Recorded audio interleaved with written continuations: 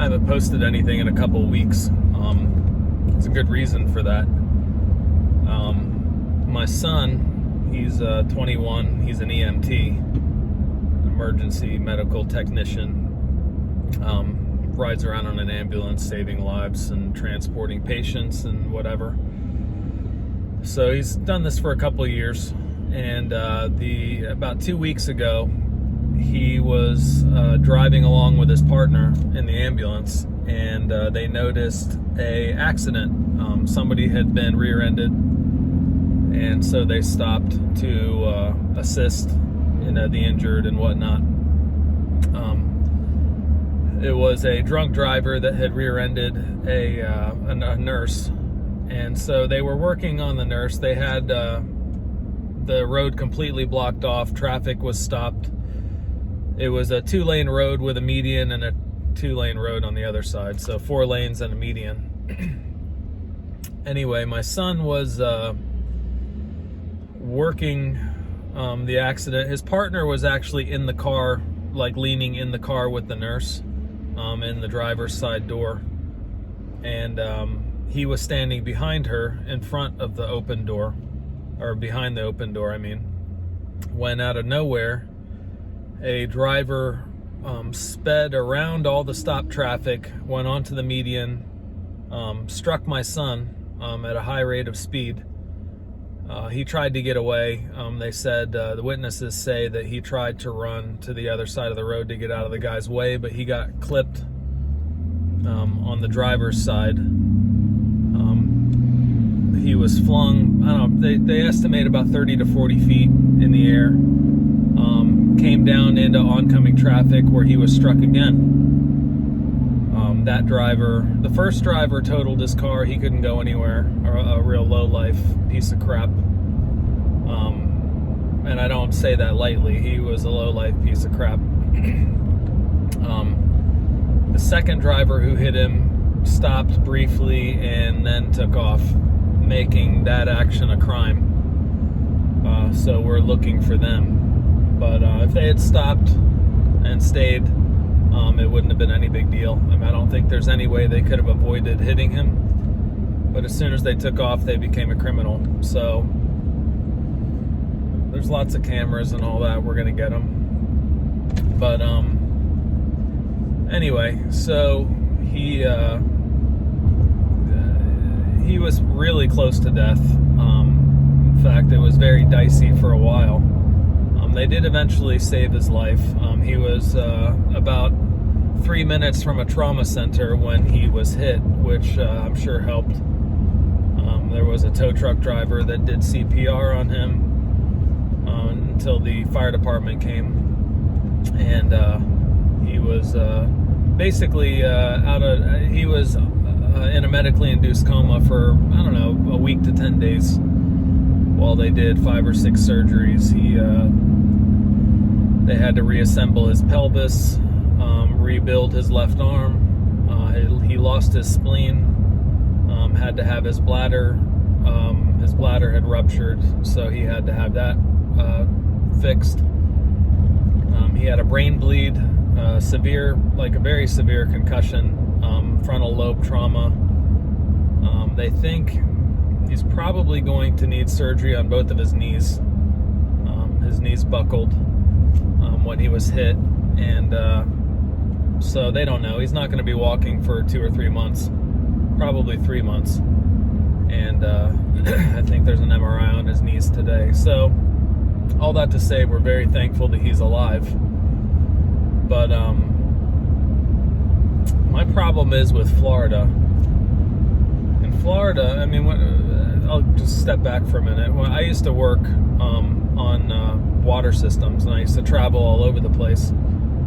And up north, if you hit somebody who's stopped on the road, a construction worker, a first responder, whatever, the penalties range anywhere from 10 years to $10,000 fine. I mean, you name it. It's very stiff deterrence they have there. In Florida, we have this joke called a move over law. If you don't move over, to the next lane or slow down to 20 miles an hour, you get a $250 fine and some points on your license. The guy who hit my son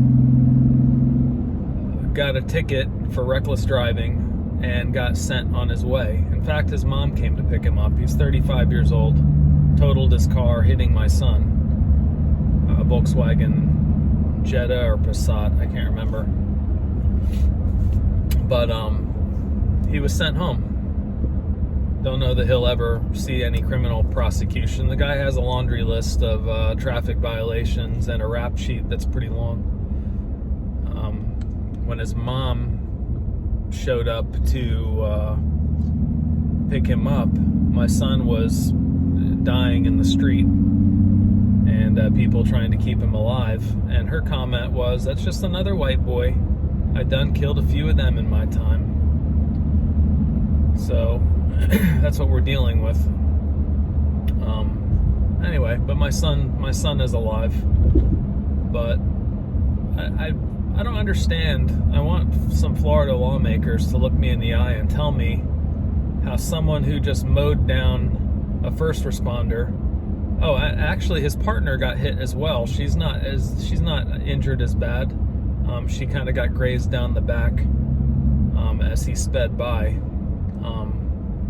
So how you can hit two responders, almost killing one of them, and just get sent home like no big deal, just another day. Gave him a ticket.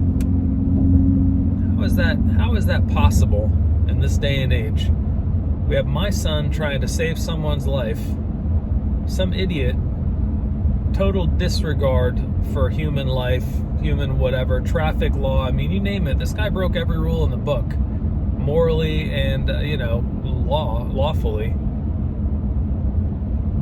and just gets sent home. So anyway, I think I'm going to demand some answers on that. I mean, I know this has been going on for a while. I mean, since then I've talked to a lot of first responders and police officers, and they get hit all the time. And it's because Florida has no deterrent. If you knew you were looking at 10 years, and a lot of people were like, well, they just weren't paying attention, whatever. Well, if you see flashing lights and you know that you're looking at 10 years in prison if you screw up and hit someone, you think that's a deterrent? You think you'd pay attention then? Probably.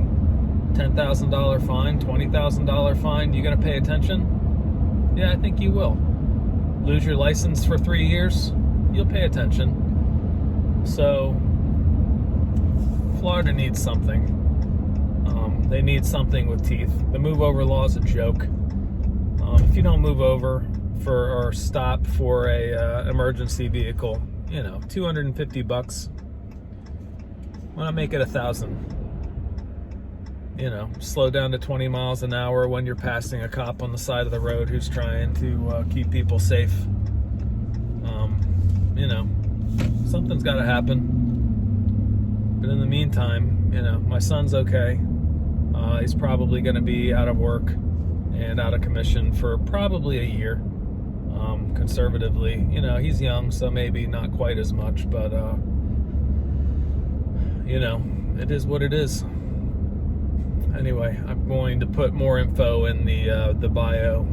His friends from the ambulance company he works for made a GoFundMe for him.